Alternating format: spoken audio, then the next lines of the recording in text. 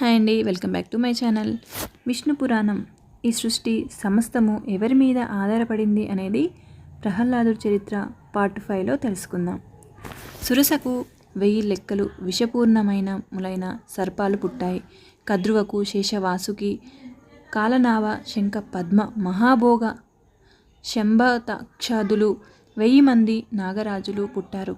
వీరందరూ గరత్మంతునకు వశులైనారు. క్రోధ వాష అనే దానికి క్రోధమూర్తులు, పెద్ద కూరలు గల క్రూర జంతు జలాలు పుట్టాయి.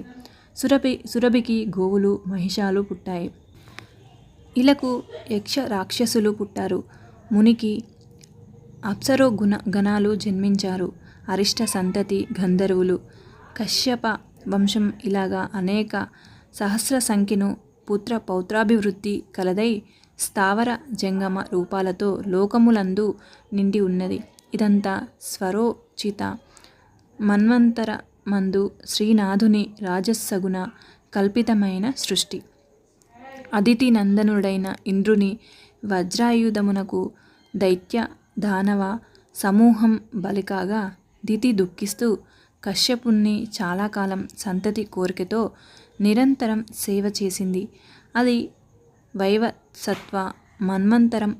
దాని సేవకు మెచ్చి కశ్యపుడు, ఏమి నీ కోరిక అని అడిగాడు. ఇంద్రుణ్ణి చంపి సచితో సహా దేవరాజ్యం ఏలే కొడుకుని ప్రసాదించునాదా అని దితి అడిగింది. సరే, శుచిగా ఉంటూ అవయవ శుద్ధి కలిగి నియమంగా వ్రతం చేస్తూ ఉండు, నీ కోరిన కొడుకు కలుగుతాడు. అశుచిగా ప్రవర్తిస్తే గర్భం నశిస్తుంది అని కశ్యపుడు పుత్రదానం చేసి వెళ్ళిపోయాడు. దితి నియమం పాటించి ప్రవర్తించగా గర్భవతి అయ్యింది. ఇంద్రుడికి దితి కోరిక తెలిసి వచ్చి కపటపు భక్తితో సవతి తల్లికి సేవ చేస్తూ ఉండేవాడు. అలా ఉండగా దితి ఒకనాడు భోజనం చేసి పాద ప్రక్షాళనం చెయ్యక లోనికి వచ్చి పాన్పు మీద వాలి నిద్రాముద్రిత అయ్యింది.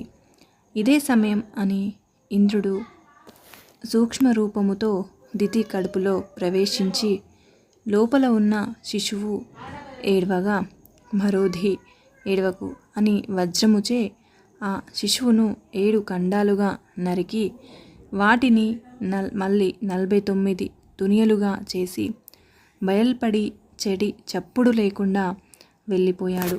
ఆ 49 ఖండాలు రూపాలు ధరించి ఇంద్రుడికి తోడుగా అయిపోయారు అందరూ. ఇక మరోధి అని ఇంద్రుని మాటననుసరించి వారు మరుద్గణులుగా ప్రసిద్ధులయ్యారు. మునుపు పృథువునకు పరిపాలకుడుగా బ్రహ్మ నియమించిన తర్వాత ఆయా శాఖలకు అధిపతులుగా కొందరిని నిర్ణయించారు. నక్షత్ర, గ్రహ, విప్ర, తపోయజ్ఞ, వృక్షాలత, గుల్మాదులకు చంద్రుడు, రాజులకు వైశ్రవణుడు, జలమునకు వరుణుడు, ఆదిత్యులకు ఉపేంద్రుడైన విష్ణువు, వసువులకు పావకుడు, ప్రజాపతులకు దక్షుడు, మరుద్గణులకు ఇంద్రుడు, మునులకు కపిలుడు, దైత్యదానవులకు ప్రహ్లాదుడు, పితృగణములకు యముడు, ఏనుగులకు ఐరావతం, పక్షులకు గరుత్మంతుడు, సర్పాలకు వాసుకి, అశ్వములకు ఉచ్ఛశ్రవం, గోవులకు వృషభం, మృగాలకు సింహం, వృక్షాలకు ప్లక్షం, జువ్వి చెట్టు, పర్వతాలకు హిమగిరి అధిపతులుగా ఉన్నారు. ఇప్పుడు చెప్పిన వీళ్ళందరూ విష్ణుని అంశతో పుట్టినవారే. ఆయన ప్రభావము లేకపోతే ఏదీ లేదు. పాలకుని యందు విష్ణుభావం లీనమై ఉంటుంది.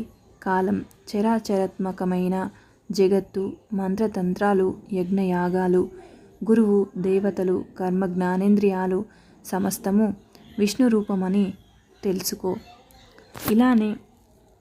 అలాగే వేదాలు, ఉపనిషత్తులు, శాస్త్రాలు, ధర్మశాస్త్రాలు, పురాణాలు, అనువాకాలు, కావ్యాలు, సంగీతాది విద్యలు, మూర్తామూర్తాలు, ఆ పురుషోత్తముని మూర్తి భేదాలని గ్రహించు.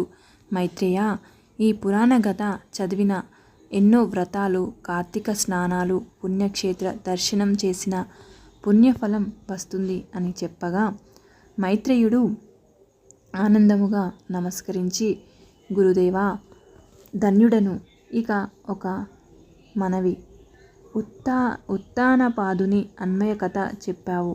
ఆ ప్రియవ్రతునికి ఆయన కొడుకులకు సంబంధించిన రాజచరిత్ర వినాలని ఉంది అని అనగా, సరే చెప్తానన్నాడు పరాశరుడు.